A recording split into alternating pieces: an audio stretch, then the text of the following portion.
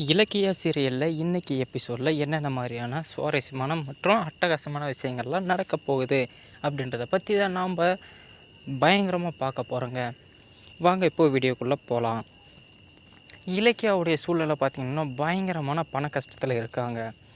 எந்த அளவுக்குன்னு பார்த்திங்கன்னா ஒரு ஸ்கூலில் கூட்டி போயிருக்கிற வேலை செஞ்சு ஏதாவது ஒரு குடும்பத்தை ரன் பண்ணுற அளவுக்கு போயிட்டாங்க.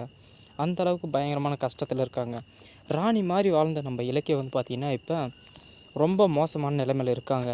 இந்த டைமில் பார்த்திங்க அப்படின்னா மாதம் 10ஆம் தேதினா வீட்டுக்கு வாடகை கட்டி ஆகணுன்ற சூழ்நிலையில் இருக்காங்க நம்ம இலக்கியா.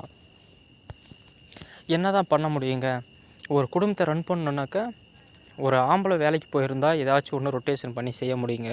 ஒரு பொம்பளையாக இருந்துக்கிட்டு எவ்வளோ வேலை தான் செய்ய முடியும்? நம்ம இலக்கியாவும் தன்னுடைய கணவருக்கு எந்த ஒரு கஷ்டமும் வரக்கூடாது அப்படின்னு சொல்லிட்டு தன்னால் முடிஞ்ச அளவுக்கு பார்த்திங்க அப்படின்னா கஷ்டப்பட்டு ஏதாவது ஒரு வேலையை பார்த்து குடும்பத்தை ரன் பண்ணிட்டு வராங்க. நம்ம இலக்கியாவுக்கு கஷ்டத்து மேலே கஷ்டம் வந்துகிட்டே இருக்குன்னு தாங்க சொல்லணும். இருந்தாலுமே அவங்க கணவருடைய ஆறுதலில் மட்டும்தாங்க இலக்கியாவே இப்போ தொடர்ச்சி ரன் ஆகிட்டு இருக்கா அப்படின்னு தாங்க சொல்லணும். இந்த சமயத்தில் தாங்க அவங்களுக்கு ஒரு பயங்கரமான ஒரு இறுக்கடியான ஒரு விஷயம் நடக்க ஆரம்பிச்சிது. என்னன்னு பார்த்தீங்கன்னா மாதம் 10ஆம் தேதி பிறந்துருச்சுங்க. வீட்டு வாடகையை கொடுக்க சொல்லிவிட்டு ஹவுஸ் ஓனர் பார்த்திங்க அப்படின்னா வீட்டு முன்னாடியே நிற்க ஆரம்பிச்சிட்டாங்க. என்னம்மா இலக்கியா, 10ஆம் தேதி ஆயிடுச்சு, இன்னுமா வீட்டு தேடி காசு கேட்டால் தான் வீட்டு வாடகை கொடுப்பியா நீ, இல்லைன்னா காசு கொடுக்க மாட்டியா அப்படின்னு சொல்லிட்டு ஒரு ரூடாக பேச ஆரம்பிச்சிட்டாங்க ஹவுஸ் ஓனரு. அதுவும் ஒரு ஆள் 2 அவங்க மட்டும் வந்திருந்தால் பரவாயில்லைங்க. கணவன் மனைவி 2 பேருமே வந்துட்டாங்க. ஏதோ கொலைக்காரனை பிடிக்கிற மாதிரி பயங்கர ரூடாக பிஹேவ் பண்ணி பேச ஆரம்பிக்கிறாங்க. இதை கேட்கும் பொழுது இலக்கியாவுக்கு ரொம்ப கஷ்டமாயிருதுங்க. இன்றைக்கி எனக்கு ஸ்கூலில் வேலை பார்க்குறதுக்கான சம்பளம் கொடுத்துருவாங்க.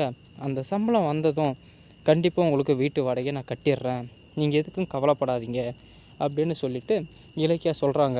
அதெல்லாம் இங்கே நடக்காதம்மா, ஃபஸ்ட்டு காசை எடுத்து வை.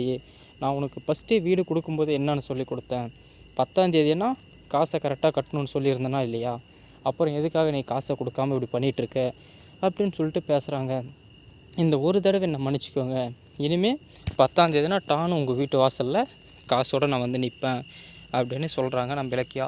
இது எல்லாம் என்னங்க வெளியே சத்தம் அப்படின்னு சொல்லிட்டு நம்ம கௌதம் பார்த்திங்கன்னா வெளியே பார்க்குறாங்க.